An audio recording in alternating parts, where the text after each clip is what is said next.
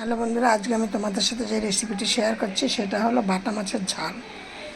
বাটা মাছের ঝাল তৈরি করতে লাগবে তোমাদের জিরে, আদা, লঙ্কা বাটা, আর লাগবে একটুখানি টমেটো বাটা। আর মাছগুলোকে বেশ লাল লাল করে ভালো করে ভাজতে হবে। এই মাছগুলোকে বাজার থেকে নিয়ে এসে ভালো করে ধুয়ে নুন হলুদ মাখিয়ে নিয়েছি। এবার আমি এইগুলোকে ভাজা করব। আমি চম্পা রেসিপি হাউস থেকে তোমাদের সাথে ভিডিও রেসিপিটি শেয়ার করছি। বাটা মাছ কিন্তু খেতে খুব ভালো। আর এই মাছগুলোকে কিন্তু তোমরা যদি একটু যত্ন করে ভালো করে রান্না করো, খেতে কিন্তু খুব সুন্দর। মাছগুলোকে সব ভেজে নিয়ে আমি তারপরে তোমাদের সাথে একে একে সব দেখাবো। আমার চম্পা রেসিপি হাউস থেকে আমি এই রেসিপিটি তোমাদের সাথে শেয়ার করছি। তোমরা দেখে একটা লাইক কমেন্ট শেয়ার করো। আর নতুন বন্ধুদের বলছি একটা সাবস্ক্রাইব করে পাশে বলতে বাজিয়ে অন করে রেখে দেয়। তোমরা কেউ আমাকে সাবস্ক্রাইবও করছো না, তারপরে লাইকও করছো না। সাবস্ক্রাইব করো না করে তোমরা কিন্তু একটা লাইক অন্তত দয়া করে করো।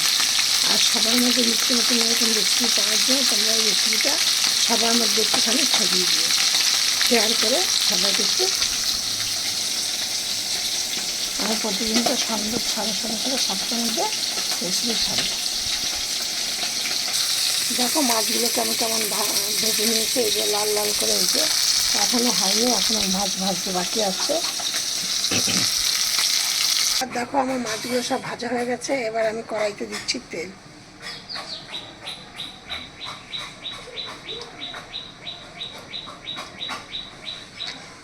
এবার দেখো এর মধ্যে আমি দিয়ে দিচ্ছি কালো জিরে, তেজপাতা আর 2টো শুকনো লঙ্কা ফোড়নে।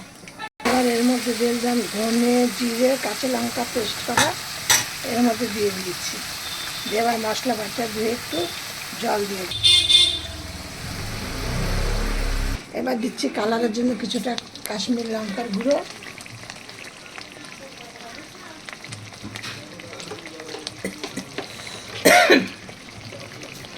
এবার দিচ্ছি নুন।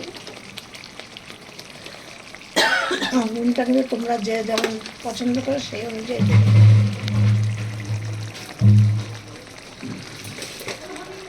দিয়ে দিলাম হলুদ। দেখো আমি এবার জল দিয়ে দিয়েছি। এবার যখন ভালো করে ফুটবে তখন আবার এর মধ্যে মাছগুলো দিয়ে দেবো। এটা কিন্তু খুব বেশি ঝোল ঝোল হবে না, একটু মাখা মাখা। বাটা মাছের ঝাল একটু মাখা মাখা হবে।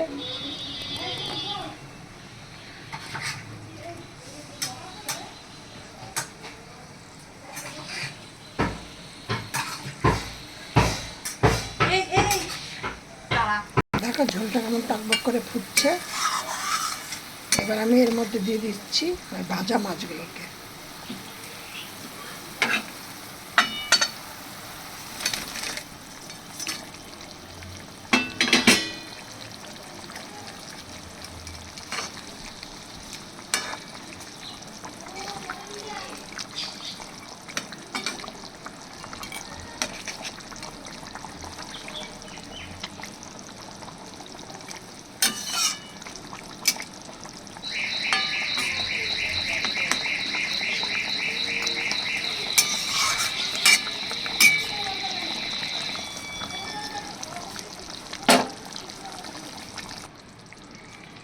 এবার এর মধ্যে দিয়ে দিচ্ছি এই যে আম আর লঙ্কা।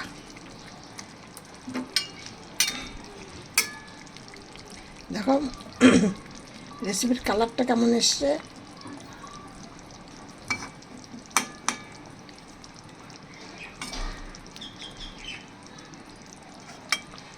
এত গরমে দুপুরবেলা এরকম বাটা মাছের ঝাল করে, আর একটা আম নেবে, একটুখানি ঝোল নেবে, 3-4টে মাছ নেবে, আর কিছুটা ভাত নেবে, নিয়ে মেখে খাবে। দেখবে খেতে কেমন লাগে। একদম তৃপ্তিদায়ক একটি খাবার।